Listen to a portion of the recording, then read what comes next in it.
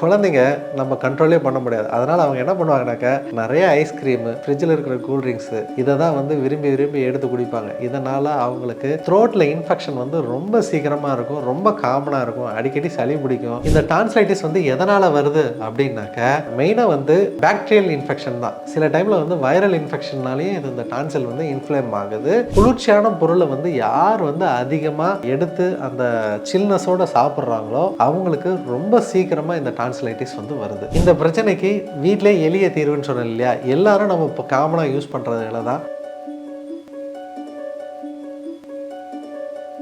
Health cafe நேயர்களுக்கு வணக்கம். நான் டாக்டர் சிஎம் சதீஷ்குமார். இன்றைக்கி நம்ம என்ன டாபிக் போகிறோம் அப்படின்னாக்கா, குழந்தைங்களுக்கு வர பிரச்சனை. குழந்தைங்க நம்ம கண்ட்ரோலே பண்ண முடியாது. அதனால் அவங்க என்ன பண்ணுவாங்கனாக்கா, நிறைய ஐஸ்கிரீமு, ஃப்ரிட்ஜில் இருக்கிற கூல்ட்ரிங்க்ஸு இதை தான் வந்து விரும்பி விரும்பி எடுத்து குடிப்பாங்க. இதனால் அவங்களுக்கு த்ரோட்டில் இன்ஃபெக்ஷன் வந்து ரொம்ப சீக்கிரமாக இருக்கும், ரொம்ப காமனாக இருக்கும், அடிக்கடி சளி பிடிக்கும், டான்சில் இன்ஃப்ளேம் ஆயிரும். ஸோ அந்த டான்சிலைட்டிஸ் வீக்கம் அடைஞ்சு சிலருக்கு சர்ஜரி பண்ணி ரிமூவ் பண்ணுற அளவு போகும். அந்த மாதிரி பிரச்சனைகளுக்கு என்ன தீர்வு அப்படின்றத இன்றைக்கி டாப்பிக்கில் நம்ம பார்க்க போகிறோம். டான்சிலைட்டிஸ் அப்படின்றது என்ன அப்படின்னாக்கா, இப்போ நமக்கு தொண்டை பகுதிகளில் சின்னதாக ஒரு பட் மாதிரி வந்து ரெண்டு உறுப்பு வந்து இந்த இடத்துல இருக்கும். இதை தமிழில் என்ன சொல்லுவோம் அப்படின்னாக்கா, வீதன கோலம் அப்படின்னு சொல்லுவாங்க. நமக்கு த்ரோட் இன்ஃபெக்ஷன் வந்து ஏற்படும் போது இந்த உறுப்பானது வீக்கம் அடைஞ்சு பெருசாகி கரகரன்னு வந்து நமக்கு த்ரோட் இதாகும். ப்ளஸ் வந்து நம்ம எதுவுமே விழுங்க முடியாது, த்ரோட் பெயின் இருக்கும், சில நேரம் வந்து ரொம்ப பெயின்ஃபுல்லாக இருக்கும், எச்சி விழுங்கிறதுக்கே வந்து நமக்கு கஷ்டமாக இருக்கும். இது சில சமயம்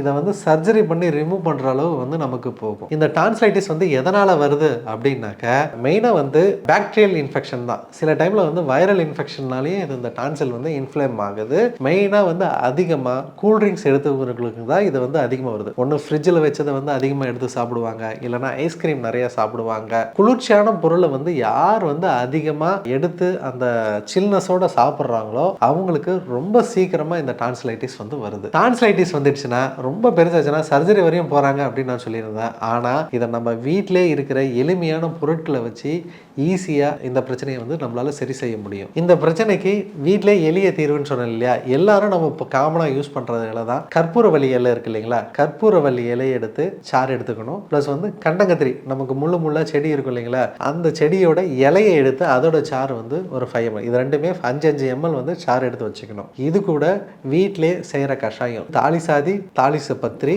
சுக்கு, மிளகு, திப்பிலி, அப்புறம் மல்லி, இதை போட்டு ஒரு ஸ்பூன் போட்டுட்டு நல்லா 5 டம்ளர் தண்ணி விட்டுட்டு 1 டம்ளராக நல்லா வத்த வச்சிடணும். வத்த வச்ச பின்னாடி இந்த 2 சாறு எடுத்து வச்சுருந்தீங்களா, அதை இது கூட வந்து மிக்ஸ் பண்ணிவிட்டு லைட்டாக ஒரு சின்ன கொதி வரணும். ஏன்னா அந்த சாறு வந்து ரொம்ப கொதிக்கக்கூடாது, ஏன்னா அதோட எசன்ஸ் வந்து நமக்கு வந்து முக்கியமாக தேவை, அது செதையக்கூடாது. சும்மா லைட்டாக ஒரு கொதி வர மாதிரி வந்து லைட்டாக சூடு பண்ணிவிட்டு அது கூட தேனை மிக்ஸ் பண்ணிவிட்டு குழந்தைங்களுக்கு வந்து குடிக்க கொடுங்க. ஒரு 10 ml அந்த மாதிரி குடிச்சிங்கனாவே போதும். காலையில் நைட்டு இந்த மாதிரி குடிச்சிட்டு வந்தாவே த்ரோட்டில் இருக்கிற அந்த டான்சிலைட்டிஸ் வந்து அந்த கட்டி வந்து நமக்கு கரைய ஆரம்பிக்கும். இல்லை சார் இது எடுத்து கூட என்னால் குறையல அப்படின்ற பட்சத்தில் சித்தா மெடிக்கல் ஸ்டோர்ஸில் படிகார பஷ்பம் அப்படின்னு சொல்லிட்டு கிடைக்கும். படிகார பற்பம் அப்படின்னு சொல்லிட்டு நமக்கு ஈஸியாக அவைலபிலிட்டி இருக்குது. இன்காப்ஸ், எஸ்கேஎம் இந்த மாதிரி பெரிய பெரிய மருந்து கம்பெனிகள்லேயே கிடைக்குது. அதை எடுத்து லைட்டாக தேனில் வந்து போட்டு நல்லா குழைச்சிட்டு குழந்தைங்களை வந்து நல்லா வாயை திறக்க வச்சு அந்த இன்ஃப்ளேம்டு டான்சில் கிளாண்ட் இருக்குது பார்த்தீங்களா, அது மேலே அப்படியே லைட்டாக அப்ளை பண்ணி விடணும். அப்ளை பண்ணி விட்டுட்டு கொஞ்சம்